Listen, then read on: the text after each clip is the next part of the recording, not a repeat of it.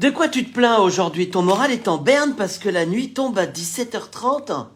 Au Liban, en ce moment, ils n'ont que 2 heures d'électricité par jour. Le reste du temps, ils doivent faire fonctionner des générateurs. Alors, pas tout le temps. Et le fioul coûte une fortune. Imagine, au pays où coule le lait et le miel, il faut 16 500 livres libanaises pour avoir 1 euro. J'ai vérifié. Et les enfants, tu y penses dans ces conditions? Eh ben, les gamins, ils ont le sourire, eux. Ah bah pas comme nos petits Français qui hésitent entre devenir éco-délégués ou choisir l'option pratique sociale et culturelle ou comment maîtriser toutes les formes de communication en première. Je vous jure, ça existe dans les formations agricoles. Maintenant, les petits Libanais, ils vont à l'école dans des bâtiments insalubres pour apprendre à lire, écrire et compter. Les manuels des enfants de CP, CE1 sont réalisés par les instituteurs sur leur temps perso pour qu'il y ait une continuité dans l'enseignement. Et le niveau de ces petits-là, c'est celui des CM2 de chez nous. Et encore, ils parlent parfois couramment 3 langues. Toujours pas content? T'es encore là à brailler parce que dans ton établissement scolaire catho, la pastorale a proposé de découvrir Jésus aux élèves sur la période de Noël avec l'intervention d'un converti ou d'un curé. C'est pas assez inclusif, c'est pas tolérant. Tu préfères la culture chrétienne ou mieux un humanisme lénifiant à base de chamans ou autres naturaux charlatans?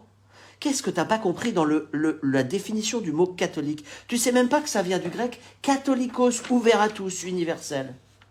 Là-bas, au pays du Cèdre, 300 000 enfants sont scolarisés dans le privé, principalement des chrétiens maronites. Ça te pose un problème?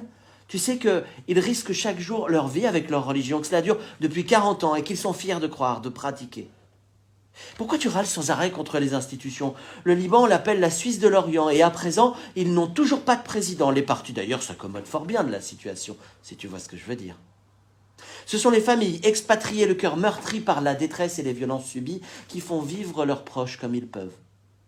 Tu ne les vois pas à côté de chez toi, ils sont discrets, ils sont intégrés, ils sont fiers de leurs racines. Puis ils aiment la France, leur pays d'adoption, et ce, depuis quand même des siècles. Ils ne vivent pas au crochet, ils savent tellement ce que c'est que la misère. Ah mais c'est vrai, toi et ton pouvoir d'achat, il est en berne. Tu vois, t'aimes pas les politiques, mais tu touches tes allocs, t'as un écran LED, t'as une console. Puis à Noël, ce sera chouette, foie gras, saumon, champagne. Bon, tu vas peut-être un peu calmer les fruits de mer cette année, vu l'augmentation des prix. Mais tu sais, rien n'égalera en saveur un bon mezze libanais. Et quand des Français se rendent sur place, les drapeaux bleus, blancs, rouges sont de sortie. Les enfants chantent dans chaque classe. L'arak coule à flot et les mets abondent. Et ils sont succulents. Au Liban, on vit de rien, mais on donne tout. Et tu sais d'où ça vient? D'un cœur profond, entier, tout rempli de ce que tu n'as plus. Un jour, j'irai voir mes aïeux là-bas, à Broumana. À ce qu'il paraît, j'aurai pas de problème pour me loger, pour me nourrir et m'émouvoir de la bonté des gens comme de la beauté du monde. Je serai accueilli comme un fils, comme un frère. Ma seule peur, c'est d'avoir envie d'y rester. J'ai un peu hâte. En attendant, arrête de te plaindre. Et puis tu contactes Vendée Liban, solidarité.vendée.liban@gmail.com. Je compte sur toi.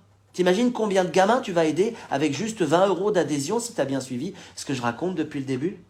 Alors, solidarité.vendée.liban@gmail.com. À la semaine prochaine.